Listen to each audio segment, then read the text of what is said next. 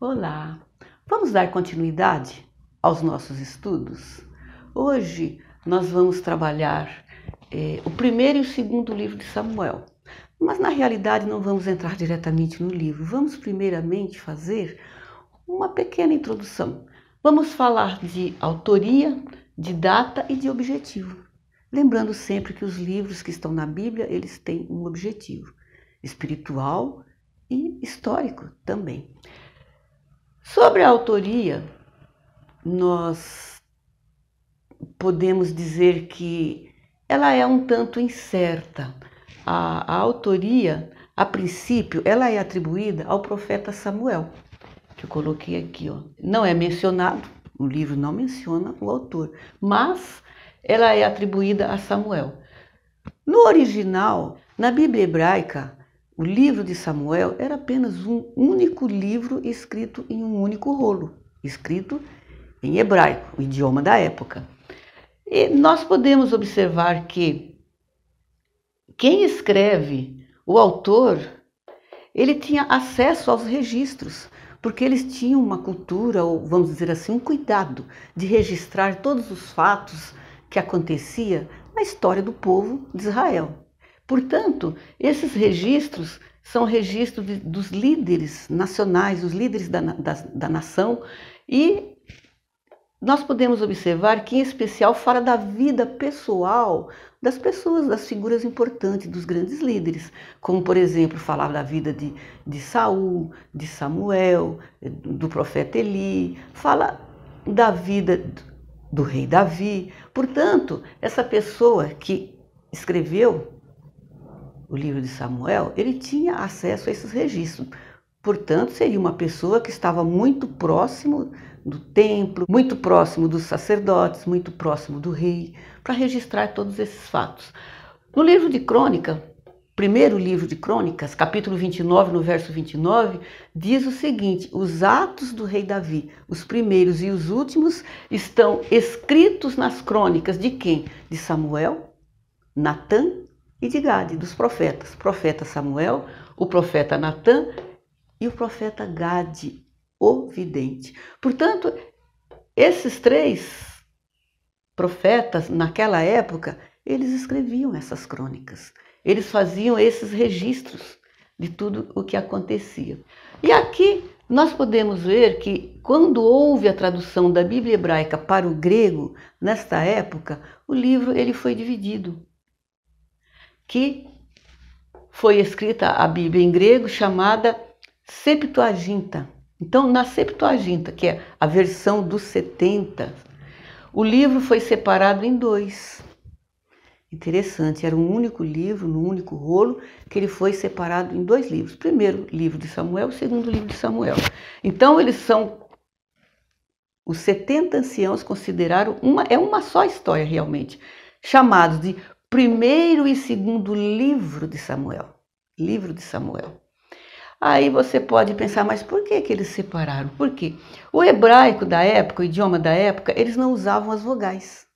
Portanto, primeiro e segundo livro era um único livro, num único rolo, num pergaminho. Simplesmente isso. Mas o grego usava as vogais, então não tinha como fazer uma cópia fiel, do jeito que estava, num único rolo, escrito sem as vogais, sendo que eles usam as vogais. Portanto, na língua grega não tinha condições. O que eles fizeram então? Estudaram ali e separaram, fizeram o primeiro livro e o segundo livro de Samuel. E sobre esta autoria, nós podemos afirmar que os dois livros são de Samuel? A autoria ela fica assim um tanto incerta por conta do que?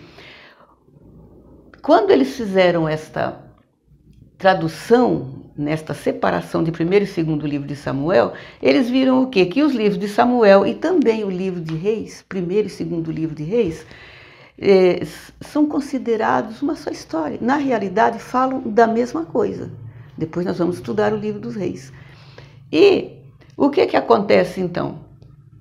O primeiro livro de Samuel, do capítulo 1 até o capítulo 24, é atribuído a Samuel. Lembrando que ele está aqui. Escrevia as crônicas do rei Davi. Falava da vida pessoal. Portanto, ele tinha acesso a isso. Portanto, do capítulo 1 até o 24 é atribuído a Samuel.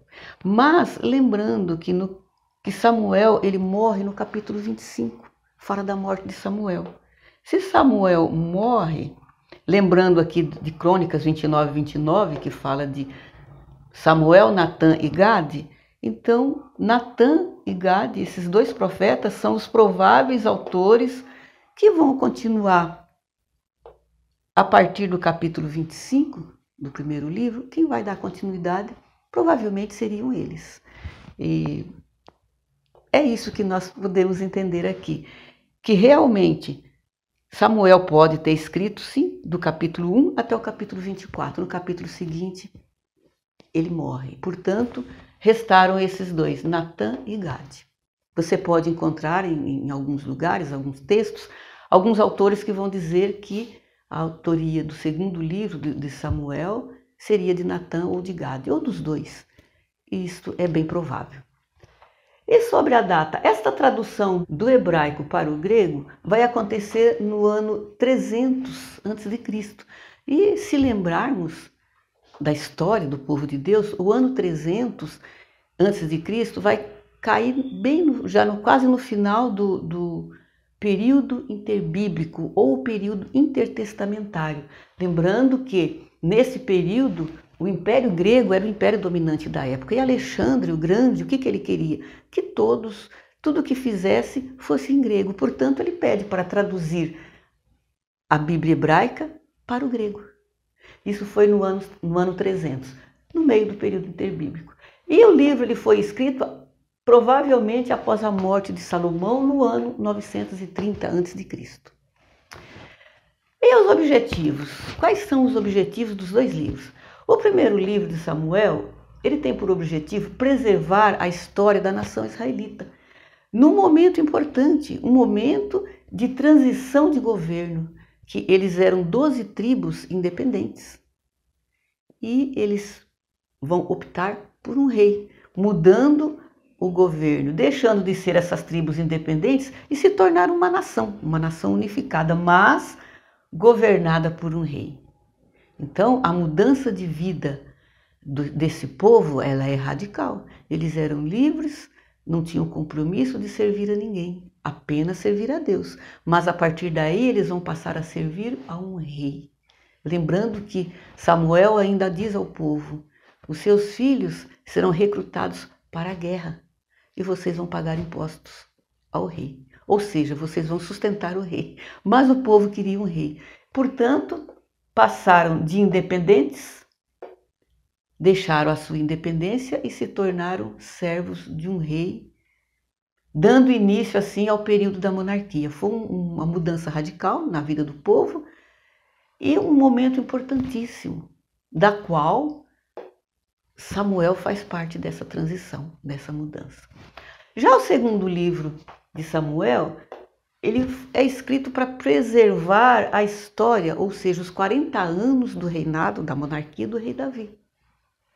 O rei muito reverenciado pela nação de Israel. E o que nós podemos definir então? Que, apesar da divisão que foi feita no livro, que era um único livro, mas podemos dizer assim que é uma divisão perfeita. Porque se observarmos no primeiro livro de Samuel, que nós vamos ver à frente, na nossa próxima aula nós vamos ver isso. O livro de Samuel, o primeiro livro, todas as pessoas importantes do livro já haviam morrido. Eli, o sacerdote, já tinha morrido. Samuel, o profeta, já havia morrido. E o rei Saul, que deu início à monarquia, o primeiro rei de Israel, lá no capítulo 31 do primeiro livro, nós podemos observar que é o fim da vida de Saul. Portanto, o que tinha de importantes, os personagens importantes, já não existiam mais.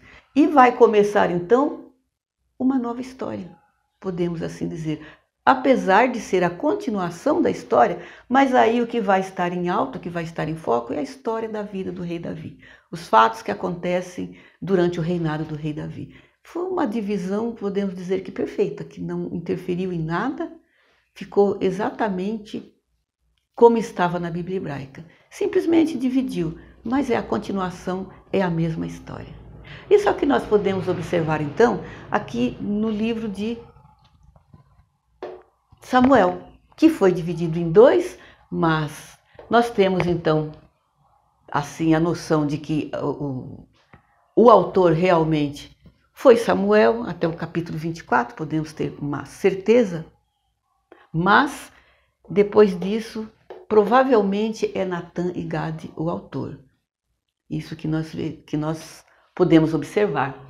E a data é um tanto incerta, como nós vemos em quase todos os livros da Bíblia, em vários textos bíblicos, fica difícil de identificar às vezes o próprio autor e também a data. Mas os objetivos são esses: preservar a história da nação no momento de transição, importante, e no segundo livro, trazer a história da vida do rei Davi. Eu agradeço a sua atenção. Na próxima hora nós vamos ver o primeiro livro de Samuel e depois o segundo livro de Samuel. Muito obrigada. Deus abençoe.